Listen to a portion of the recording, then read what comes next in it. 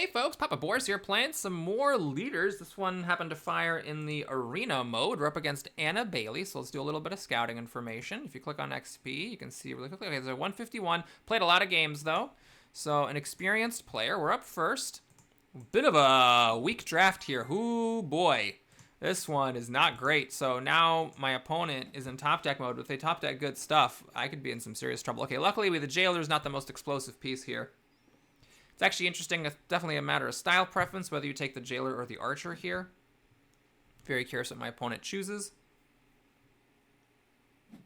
Goes for the offense with the archer. God, we have this. Oh, my opponent's really unlucky. The top deck is a brick. So my opponent gets extremely unlucky here. She has to take a soft pick. And then, of course, the good stuff starts coming out on my turn.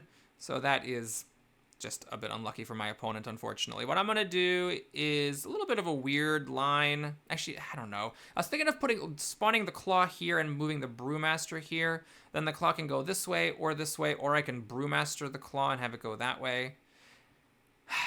I think I accomplish a lot of the same stuff just by keeping the brewmaster here and summoning the claw here. I can go this way, that way, or push it up and go that way.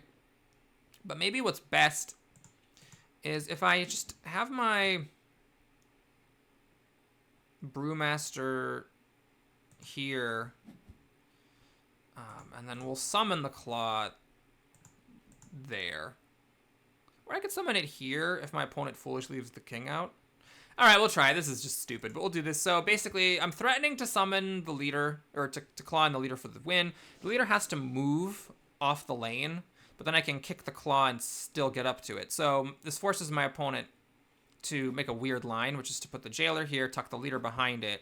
And then I still get to claw up to the jailer if I wish, though I might not want to do that because up to the jailer, I'm not really accomplishing anything. And it is, making it harder for me to use the claw because then I have to step away from the jailer if I ever want to use it. Okay, so my opponent gets the bruiser, goes great with the archer, of course. Let's just advance my... Oh, hold on a minute. Hold on. I could now bruiser claw here and zip up. All right, that'll take, because my opponent then at least still has to move the jailer to get up to me. Although, hold on. Do I want this? The bruiser can just shove the claw. It doesn't really accomplish much. Hold up. Nah, I don't want to do that. Let's just move my pieces. And I have a tough choice to make. I could take the protector to, have this counter to the bruiser, which is important because the bruiser archer can just be unstoppable if you don't have a way to cancel the bruiser and the jailer's already gone. Or I could take the rider for offense, but I think I'm going to take the protector. I just want to be safe. We'll stick the protector opposite the bruiser, and we'll just call it a day here. My opponent also gets the wanderer now. But the wanderer and the rider, I don't know. I think I hold them about equal. The wanderer obviously is more exciting because it can leap to anywhere on the board, but I do appreciate how the rider can actually touch the enemy leader. So I'm okay with it. Okay, my opponent's just advancing all of his pieces. Makes a lot of sense.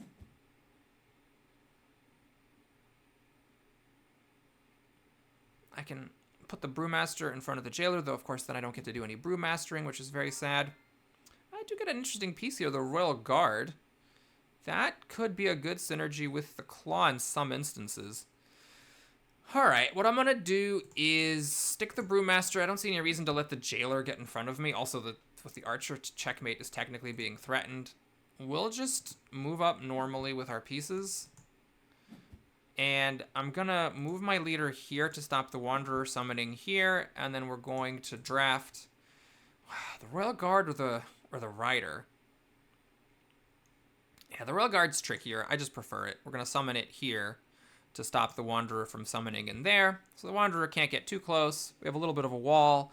We'll have the Protector hopefully opposing the Bruiser, and it's a game. This is going to be another, just like yesterday's game, it's going to be another slow one. But there are some more explosive pieces in this one. The Claw is just like a way better version of the Manipulator. So there's just so much more that it can do. And then there isn't a Vizier for my opponent, so my opponent is limited in how much trickery they can actually participate in. All right, so they're getting in with the pieces. Always have to remember the archer now is in position, so any piece touching my leader is now officially checkmate.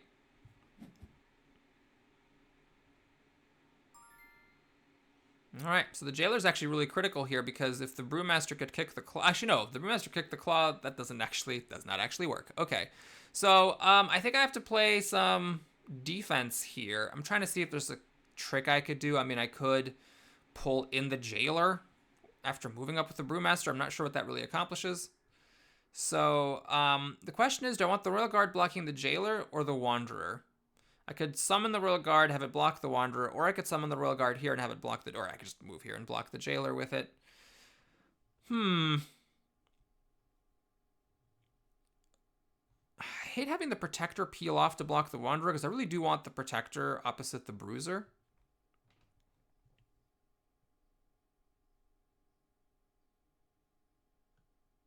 I wish I'd played this differently so I could like have used the claw to zip my leader across the board. I still could. I could like maneuver the claw down and the protector over and summon the royal guard over. And then, but if I'm moving the claw this way, it'll be next to the jailer, which doesn't even work. Yeah, got myself into a bit of a sticky one here. Okay, I think the protector should step up to block the bruiser. And we'll move the royal guard here. And the leader and the brewmaster and the claw, where did they go? I think I just stay put. I just want to see how my opponent's gonna move his pieces before I commit to anything. It is close. The wanderer can almost touch me, but not quite. I just want to see if my opponent plays a waiting game, which is maybe what I would do in her shoes, is just move the wanderer and pass the turn. See what your opponent wants to do about the situation.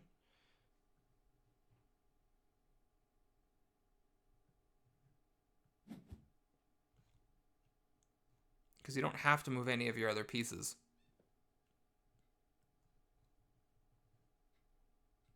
Looks like that may be what my opponent's doing, which is the move that I would make. So, 150 elo or not. Okay, so my opponent does move the archer to get the bruiser to be more centralized. Okay.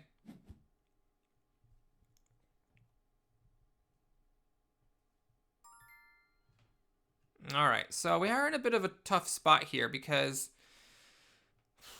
if I put my leader here, which is what I'd like to do, then I got to make sure that the archer can't go here. Which is okay, not that hard. I just need to put a piece there. The bruiser could shove the piece, but I guess I'm okay with that. Or I could even... No, I can't put my leader here, put the claw down, and the protector here, because then the bruiser just steps in for checkmate. Unless I put the leader here, claw down, brewmaster over. Okay. I am a little nervous about this, but I like this line. I'm going to take it. So the idea here with this extremely frisky line is that the archer cannot stand next to me because this is the only square from which the archer can checkmate me, and either my royal guard blocks it, or the royal guard can get bruised. The bruiser blocks it. The protector has to stay put to stop checkmate, because if the protector steps up, then the bruiser comes in for checkmate, or for that matter, punches in my brewmaster. But the idea with this is that now my brewmaster can actually brew. Let him brew! Because the jailer cannot go in here. Either the royal guard blocks the space, or the bruiser blocks this space. Okay, so my opponent's now threatening checkmate from the other side.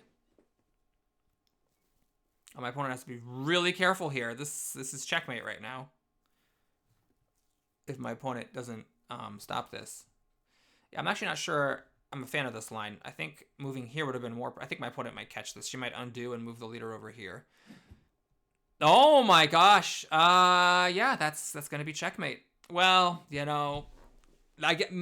this is it.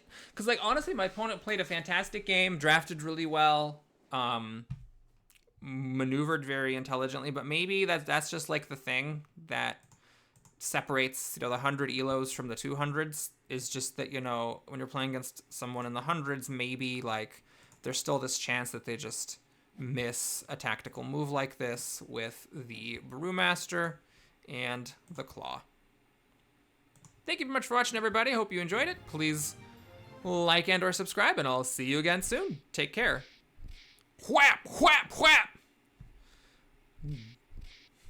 Yay.